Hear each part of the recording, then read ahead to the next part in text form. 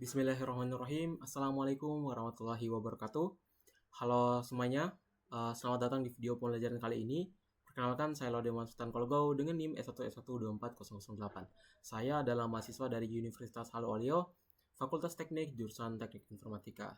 Nah, jadi teman-teman sekalian, pada kesempatan kali ini kita akan mulai membahas salah satu materi dasar yang sangat penting dalam dunia sistem operasi, yaitu Getting Started with Linux. Nah, khususnya pada distribusi Red Hat Enterprise Linux.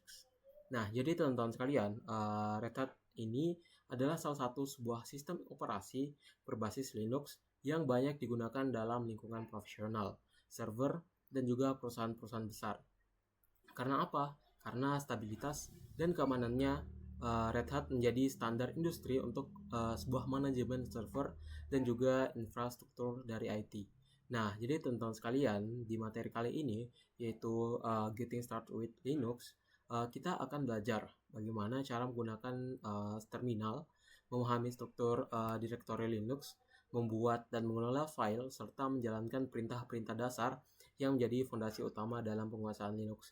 Nah, jadi teman-teman sekalian, pada video kali ini saya akan bahas dasar-dasar saja terlebih dahulu, supaya teman-teman juga yang baru mulai bisa mudah memahami. Nah, selanjutnya teman-teman sekalian, buat teman-teman yang mungkin baru pertama kali mencoba Linux, tenang saja, kita juga akan mulai dari nol seperti yang sudah saya sebutkan. Nah, kemudian setelah itu kita akan langsung coba-coba praktek sedikit di terminal dan juga memahami konsepnya satu persatu.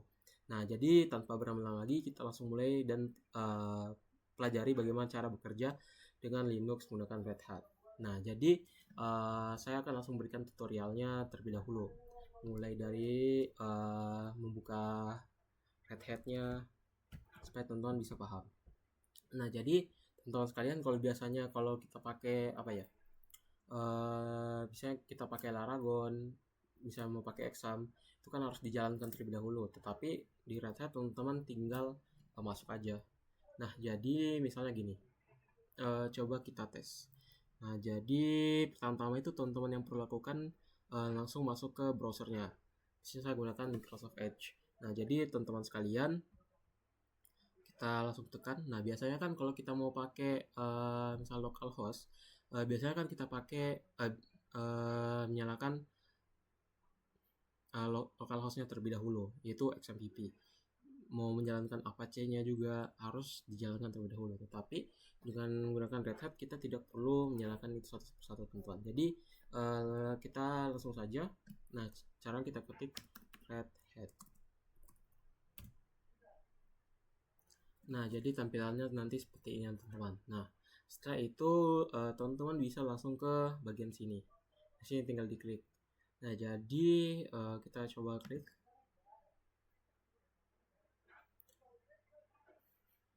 Nah, sebagai permulaan, jangan lupa teman-teman ini terkhusus mahasiswa ya. Untuk teman-teman yang mau bergabung bisa ke bagian sini. Kemudian teman-teman bisa tekan login or register. Nah, setelah itu di sini teman-teman tinggal masukkan akun teman-teman. Kalau misalnya teman-teman belum punya akun, teman-teman tinggal tekan ini.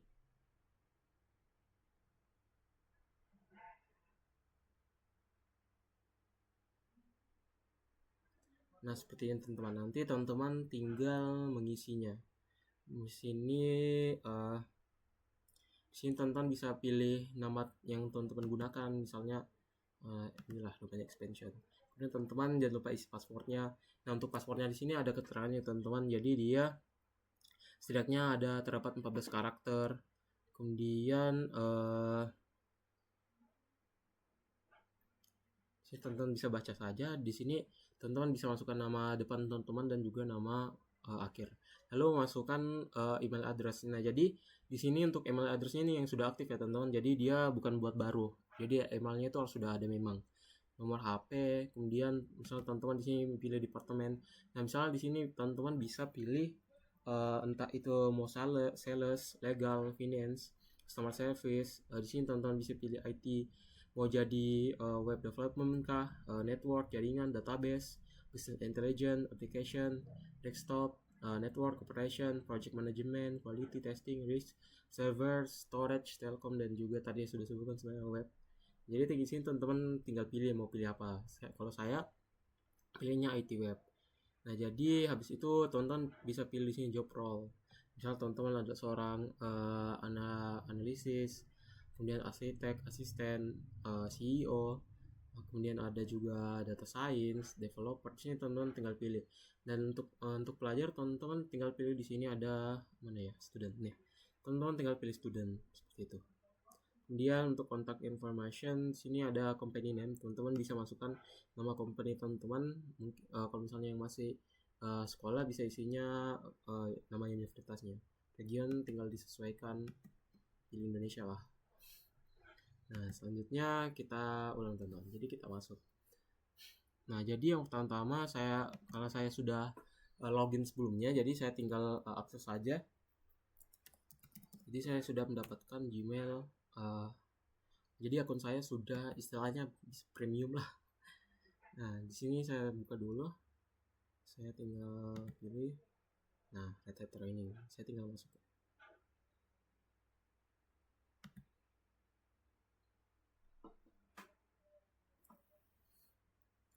Nah, di sini saya tinggal masukkan akun saya.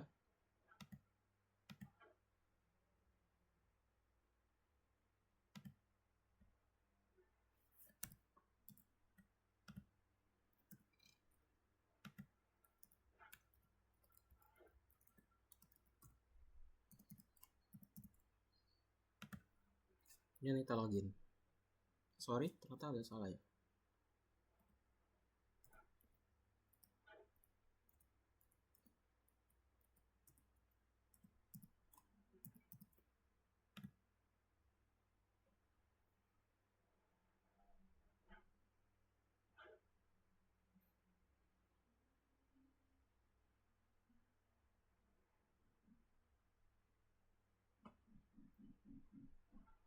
Nah, kita tunggu teman-teman.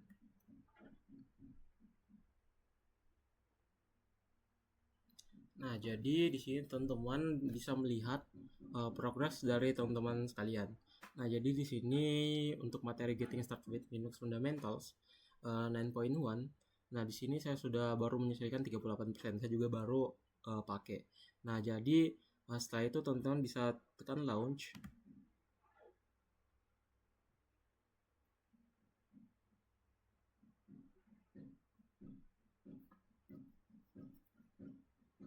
Nah, di sini teman-teman ada banyak pilihan materinya. Nah, jadi ini kita lagi tunggu ya, lagi loading. Nah, di sini teman-teman bisa mulai dari awal. Sini introducing getting started with Linux. Sini ada pesan-pesan juga, teman-teman tinggal baca. Nah, di sini juga ada diarahin bagaimana cara mengaksesnya. Nanti saya jelaskan lah, teman-teman. Nanti saya jelaskan.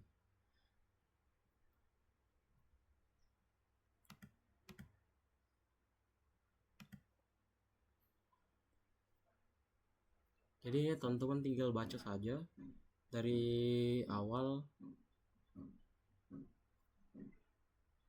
Di sini untuk pengaturannya bisa teman-teman baca. Jadi dari masing-masing itu sudah dikasih arahan memang. Nah, jadi untuk pertemuan kali ini untuk video kali ini kita akan bahas tentang cara menggunakan terminalnya gitu. Supaya teman-teman bisa langsung praktek juga.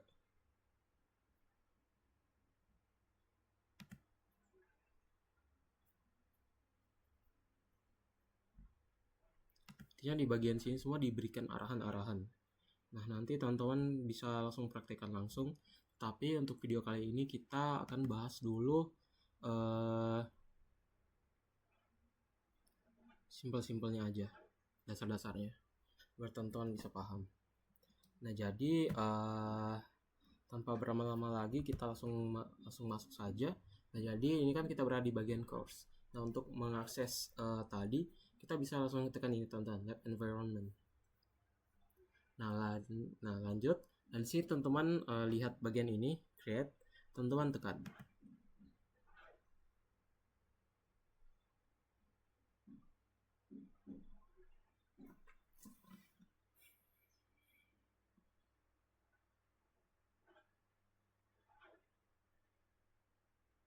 Nah, jadi teman-teman sekalian, di sini teman-teman bisa mengatur ya.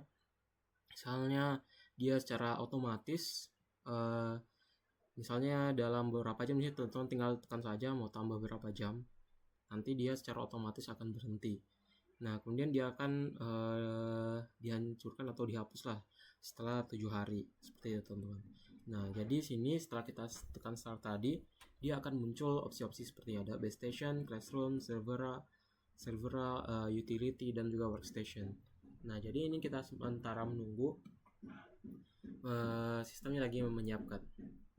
Sini sudah ada yang aktif. Nah, jadi kita tunggu sampai semuanya ini mulai dari station, classroom, server, utility, dan juga workstation, dia itu umpan baliknya dalam bentuk sudah terus aktif. Nah, sekarang kan masih building. Jadi kita tunggu ya teman-teman.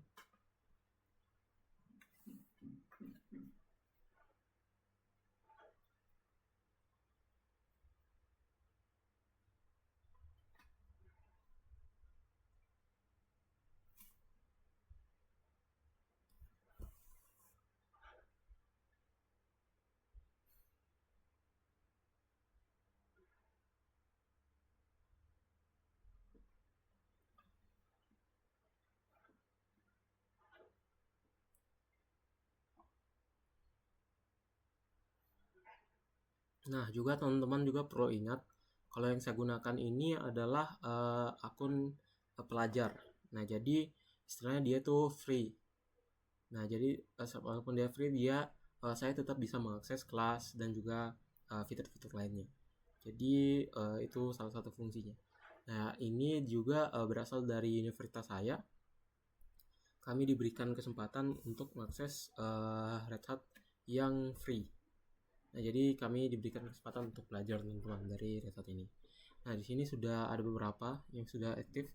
Jadi yang aktif ini kita tunggu sampai semuanya aktif. Tidak boleh salah satunya sedang building atau sedang proses. Jadi kita tunggu sampai semuanya aktif.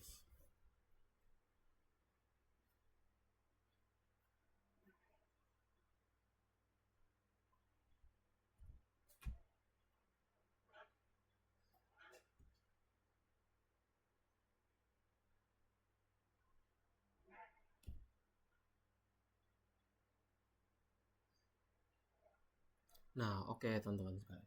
Nah, jadi ketika base station, classroom, server, utility, dan workstation ini sudah bertanda aktif, nah teman-teman sudah bisa mengaksesnya.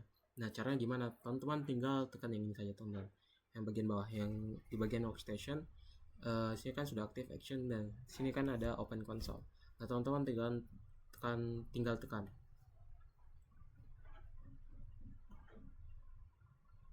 Nah, sebentar kita tunggu. Nah, jadi tampilan awalnya itu teman-teman akan seperti ini. Di sini kan saya sebagai student user. Nah, yang bisa saya lakukan selanjutnya adalah saya tekan ini, teman-teman. Nah, kemudian ini teman-teman yang paling penting. Di sini teman-teman bisa mengakses passwordnya. Nah, passwordnya itu adalah student. Saya tekan enter. Nah, kita tunggu lagi teman-teman. Nah, setelah itu tampilannya akan seperti ini. Kita tunggu ya. Nah, seperti ini ya tampilannya teman-teman. Nah, di sini teman-teman bisa mengakses, ada sini opsi-opsinya. Ini teman-teman bisa mengetik dan mengaktifkan ini. Di sini teman-teman bisa membuka open text dialog. Di sini teman-teman bisa menghapus yang tadi ini. Teman-teman bisa menghapus semuanya keseluruhannya, jadi dia hilang gitu. Nah, untuk ini teman-teman bisa membuat keyboard. Nah, teman-teman juga bisa mengetik di sini. Tekan dan bisa menggunakan mouse juga. Tekan aja. Di sini teman-teman bisa merilis modifier case, juga bisa insert yang non ASCII atau char in CLI. Nah, selanjutnya kita langsung pada inti videonya teman-teman. Sini kita langsung akses pada bagian terminal. Sini ada juga Firefox, ada juga files, ada software, ada help, juga ada juga show application-nya. Sini teman-teman bisa langsung ke terminal. Nah, jadi tampilannya akan seperti ini teman-teman. Nah, di sini ada tulisan student, kemudian ada workstation, dan juga $. Nah, maksudnya apa teman-teman? Jadi student ini adalah nama user kita, yaitu student. Kemudian untuk workstation yaitu nama hostname komputer yang kita pakai tadi. Nah, kemudian tanda ini adalah posisi directory kita sekarang atau disebut sebagai home directory. Nah, kemudian untuk $, ini adalah tanda bahwa kita sudah login sebagai user biasa, bukan root. Nah, jadi kalau misalnya teman-teman baru buka terus tiba-tiba muncul seperti ini, itu bukan error ya teman-teman. Itu bukan error. Jadi teman-teman bisa langsung saja gitu. Nah, kemudian kita lanjut ke contoh, kita langsung praktekkan gini teman-teman. Jadi hal yang pertama-tama teman-teman bisa lakukan yaitu PWD, mengetik PWD atau password. Nah, maka output yang dikeluarkan yaitu home student. Nah, jadi fungsinya untuk apa teman-teman? Nah, fungsinya untuk menampilkan lokasi kita atau fungsinya dari PWD ini yaitu untuk menampilkan lokasi folder tempat kita berada sekarang. Nah, gunanya apa? Nah, biar kita tahu posisi kita di dalam sistem dari Linux ini. Seperti itu, teman-teman. Nah, setelah itu, teman-teman bisa ketik ls. Bukan ls ya. is -1. Kita enter. Oh, salah. Jadi dia sini teman-teman bisa ketik ls -1. Nah, jadi teman-teman sekalian, dia akan menampilkan seperti ini. Di sini ada desktop, dokumen, download, music, picture, public, templates, video.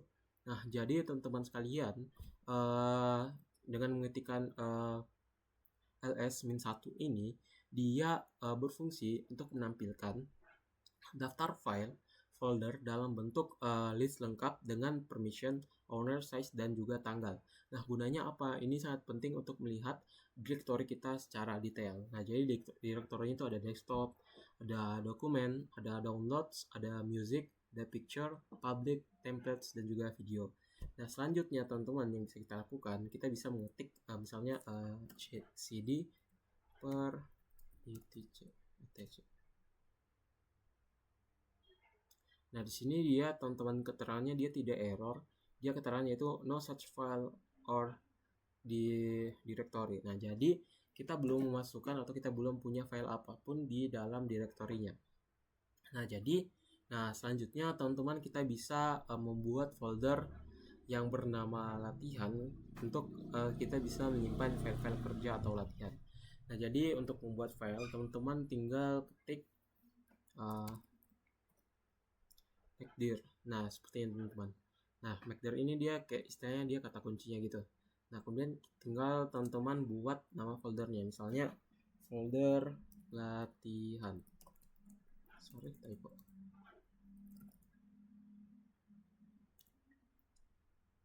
Nah, jadi setelah teman-teman enter itu secara otomatis filenya akan sudah terbuat ya teman-teman. Jadi seperti yang sudah saya sebutkan sebelumnya, yaitu makdir latihan ini atau nama file ini itu dia berfungsi untuk membuat folder baru dengan bernama latihan. Gunanya apa? Yaitu untuk menyimpan file-file kerja atau juga latihan. Nah, selanjutnya teman-teman bisa ketik touch.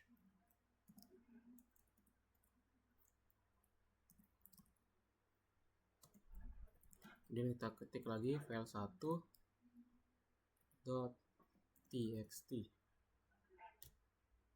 Nah, jadi teman-teman sekalian, untuk touch file 1.txt ini yaitu untuk membuat file kosong. Nah, gunanya apa? Yaitu sebagai langkah awal sebelum kita mengisi file.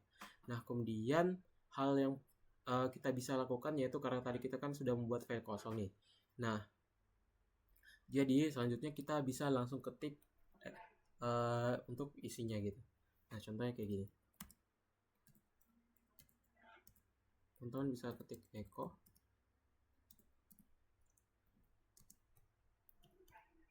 Ini mirip di PHP ya.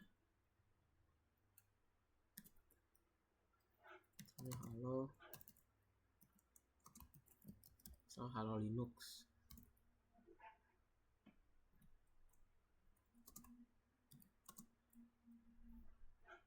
Kemudian kita ketik nama file yang kita gunakan tadi teman-teman, yaitu file 1.txt.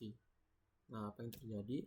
Nah, jadi dia langsung tersimpan gitu teman. Jadi echo hello linux file 1.txt ini, nah tadi kan echo ini dia fungsi untuk memanggil, bukan memanggil, untuk menampilkan output. Kemudian di sini kita masukkan output yang akan dihasilkan yaitu hello linux, dan juga dia dimasukkan tuh di file 1.txt. Nah, seperti itu teman-teman. Nah, kemudian yang bisa kita lakukan selanjutnya yaitu kita mengetik cat file 1. Sorry. Nah, jangan lupa teman-teman untuk ketik nama filenya itu harus sama ya. Nah, jadi yang bisa kita lakukan adalah kita enter. Nah, maka output yang dihasilkan seperti ini teman-teman. Nah, tadi kan kita sudah masukkan echo hello linux file .1.txt. Nah, kemudian dengan kita ketik cat file 1.txt, maka dia akan menghasilkan output yang tadi kita masukkan tadi teman-teman. Nah, jadi selanjutnya yang bisa kita lakukan atau kita tes ulang ya, kita buat lagi file kosong, misalnya touch file 2.txt. Nah, setelah kita buat, kita masukkan echo-nya. Nah, misalnya echo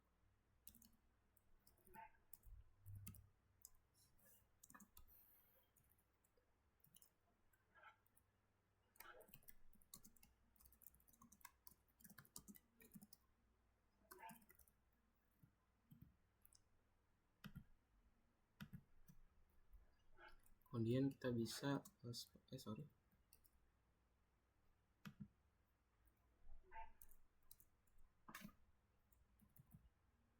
nah, kemudian kita ini ketik file 2, jangan lupa teman-teman file 2.txt. Nah, kemudian sama seperti yang tadi, kita bisa untuk melihat hasil outputnya kita tinggal ketik cat file 2.txt. Nah, maka dia akan mengeluarkan output yang tadi teman-teman, seperti itu. Nah, kalau misalnya teman-teman ingin coba lagi, misalnya kita buat apa ya, touch file 2.txt, kita eksperimen ya. Kemudian kita echo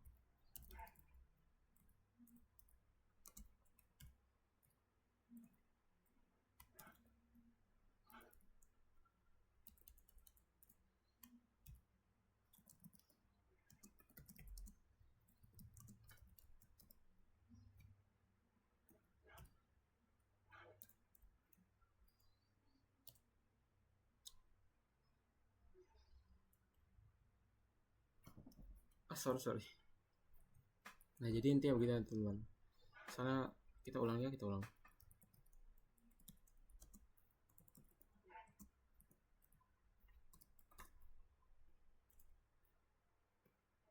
Nah, di sini dia terjadi error ya teman-teman. Nah, jadi teman-teman kalau mau buat suatu file, tinggal diketik touch file 2, ketik nama filenya, bebas ya. Kemudian setelah di enter, teman-teman tinggal tekan echo, lalu masukkan namanya, langsung isikan apa yang mau ditampilkan. Jangan lupa di ujungnya ditambahkan nama filenya.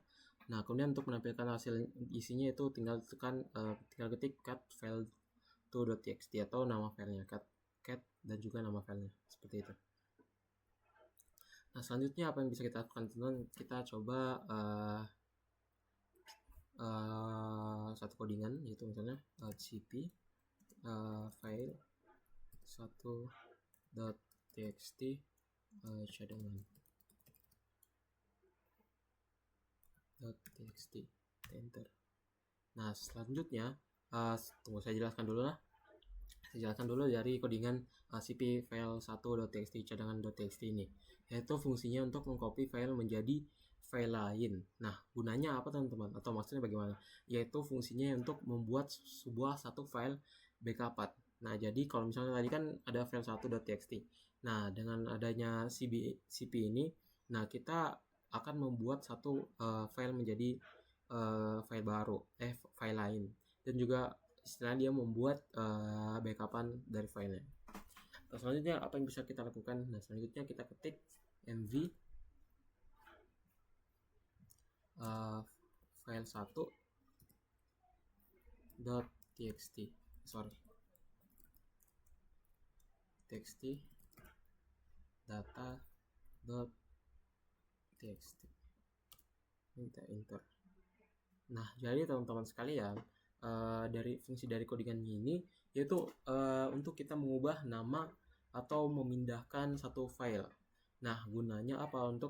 Yaitu untuk manajemen file lebih rapi, teman-teman. Itu fungsinya. Nah, kemudian kita bisa ketik juga misalnya rm data.txt.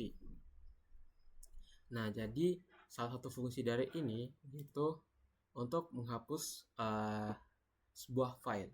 Nah, gunanya yaitu untuk menghapus file yang sudah kita tidak perlukan lagi.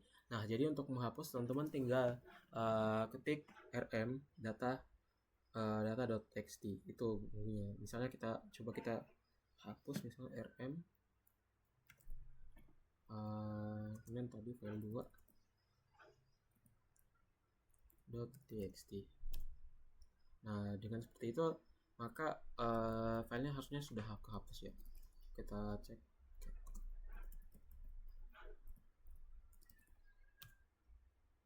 Nah, jadi untuk file 2.txt ini sudah no such file or directory. Nah, jadi file ini sudah kehapus ya teman-teman untuk file 2 ini. Nah, selanjutnya apa yang bisa lagi kita lakukan yaitu misalnya di sini kita bisa ketikkan tree.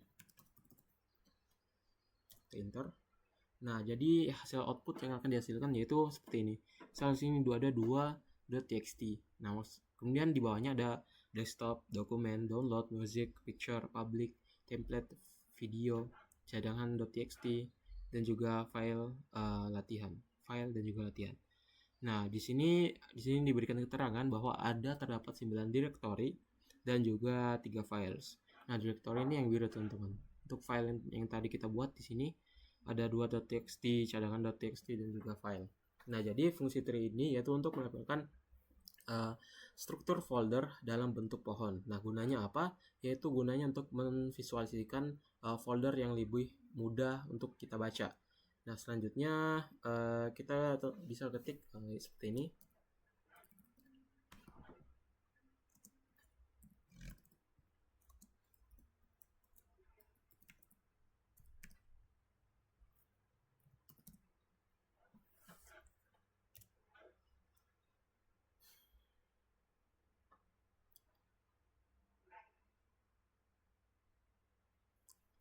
Nah, jadi sebenarnya untuk 7 misalnya kita ketik chmod ini dan juga 755 script.sh, fungsinya sebenarnya untuk mengubah permission file, yaitu sebuah user bisa membaca, menulis, dan juga mengeksekusi. Nah, gunanya ya apa? Yaitu untuk membuat script yang bisa dijalankan. Kemudian untuk selanjutnya teman-teman bisa ketik misalnya gini.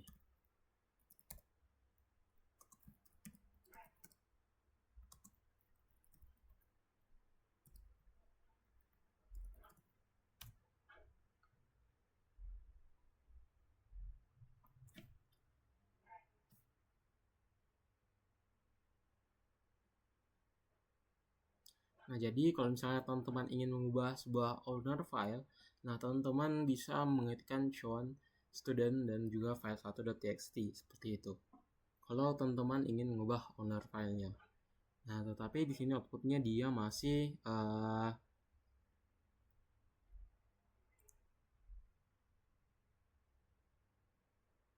dia masih nggak ketemu gitu. Nah, lanjut kita teman-teman bisa ketik if ipa. Nah, jadi di sini teman-teman dengan mengetik seperti IPA tadi, teman-teman bisa melihat juga menampilkan semua interface jaringan yang terhubung. Nah, gunanya apa? Yaitu di sini teman-teman bisa mengecek IP address komputer kita. Nah, dengan mengetik yang IPA tadi. Nah, di sini teman-teman dia mengeluarkan output. Nah, Jadi teman-teman bisa lihat sini ada inet 6, juga ada link ether, ada alt name, inet, dan juga lainnya. Jadi di sini teman-teman hanya dengan ketik IPA, teman-teman bisa melihat semua interface jaringan. Dan juga teman-teman bisa ngecek IP address dari komputer teman-teman sekalian. Nah, selanjutnya kita bisa ketik ping google.com.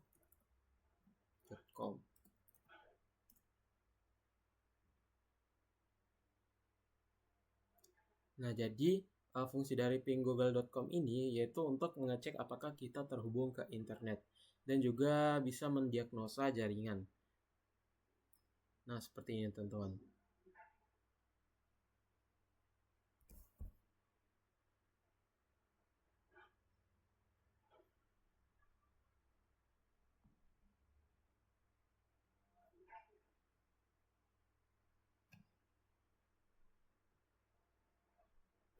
Lalu dia kan coba kita langsung bahas.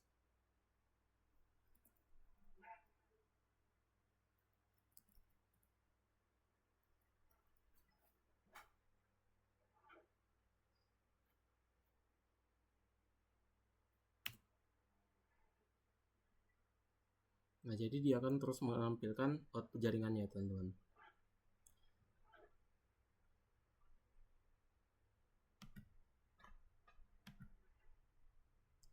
Nah, selanjutnya yang bisa kita lakukan, kita tutup dulu, coba kita tutup terminalnya.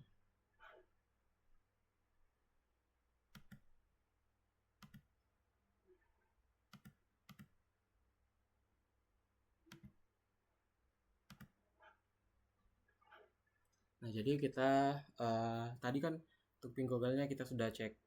Nah, selanjutnya yang bisa kita lakukan yaitu kita bisa mengetik sudo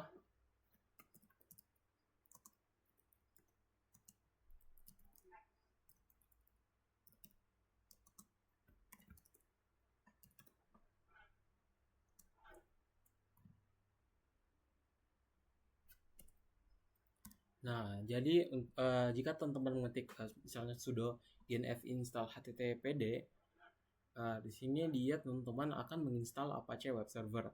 Nah, gunanya apa? Yaitu kita bisa menggunakan Red Hat sebagai web servernya. Nah, seperti itu teman-teman.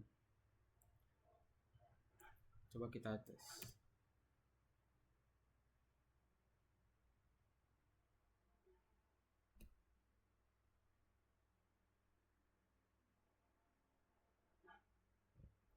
Seperti itu teman-teman.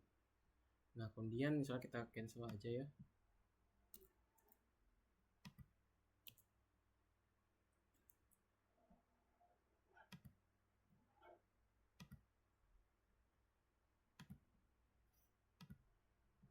Kita buat baru.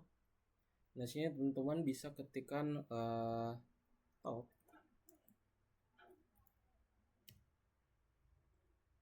Nah, dengan mengetikkan top seperti ini, teman-teman dapat memberikan proses yang sedang berjalan secara real time. Gunanya apa? Yaitu kita dapat monitoring CPU dan juga RAM-nya. Di sini teman-teman sudah diberikan keterangan. Di sini ada top, misalnya di sini ada PID user 1, 2, 3, 4 sampai 14. Kemudian ada PR, ada NI, ada VIRT, ada REST, SHR, ada CPU-nya juga, ada memori, time, dan juga komen. Jadi dengan mengetik top, teman-teman bisa menghasilkan dapat mengecek proses yang sedang berjalan secara real time, untuk monitoring CPU dan juga RAM. Nah, selanjutnya yang bisa kita lakukan, kita keluar lagi.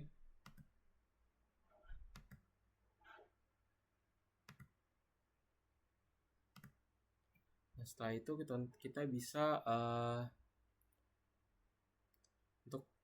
untuk cek log system ya. Kita bisa ketik journal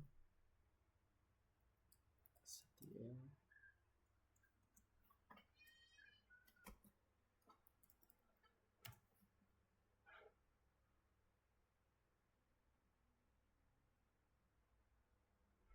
Kok kita salah ketik ya?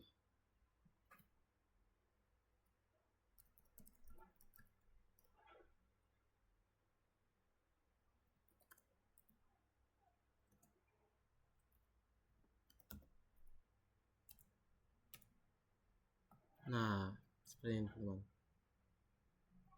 Jadi fungsi dari ini jurnal ctl.exe ini yaitu untuk melihat log sistem dari Linux itu sendiri.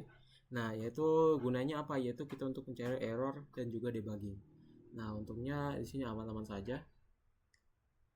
Nah, jadi seperti yang ini, teman-teman tinggal ketik saja jurnal ctl.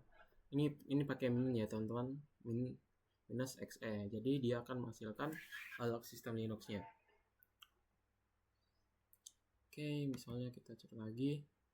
Di sini kita tinggal ketik, kita bisa ketik sudo.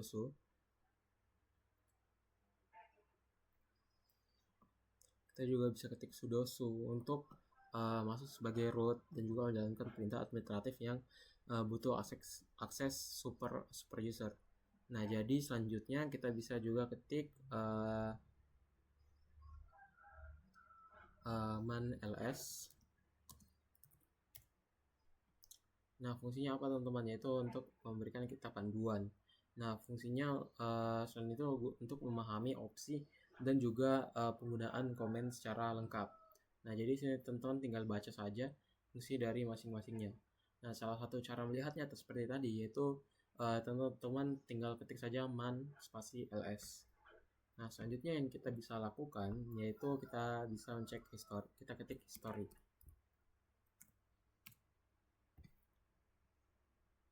Nah, jadi history ini dia melihatkan apa saja yang tadi kita sudah lakukan.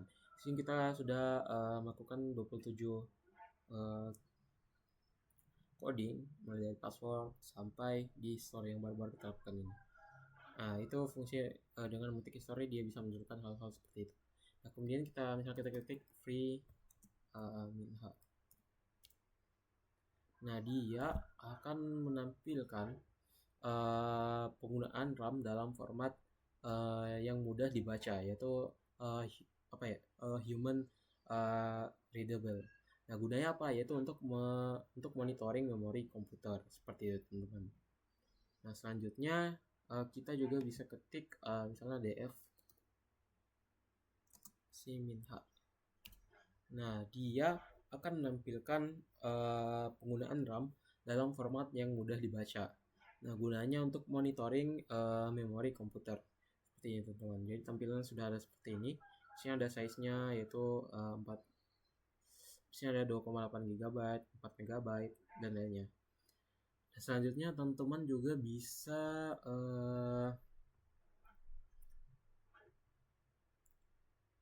misalnya kita ketik grep.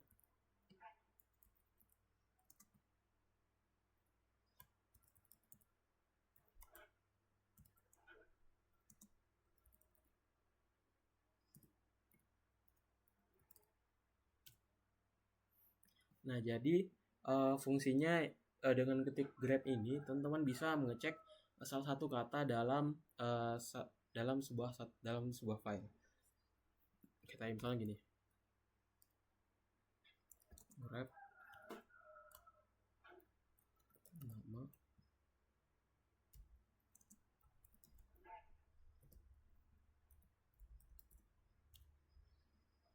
Oh, ini ada. Jadi intinya teman-teman bisa mengetik seperti ini. Coba kita copy saja. Intinya teman-teman tinggal ketik grep.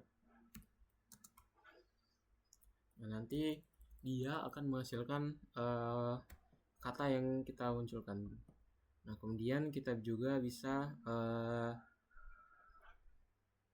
ketik file 1.txt. Head.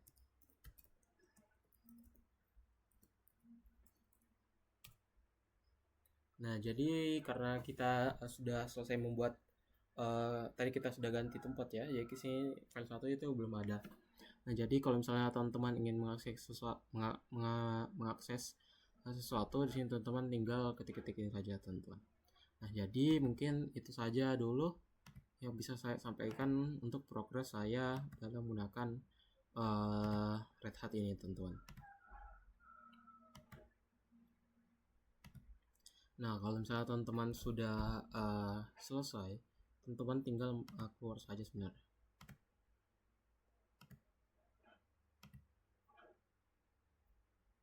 Nah, sudah selesai. Nah, sini teman-teman jangan lupa dimatikan ya. Nah, jangan lupa di stop terlebih dahulu sampai semuanya keterangannya itu berubah, baru teman-teman bisa delete.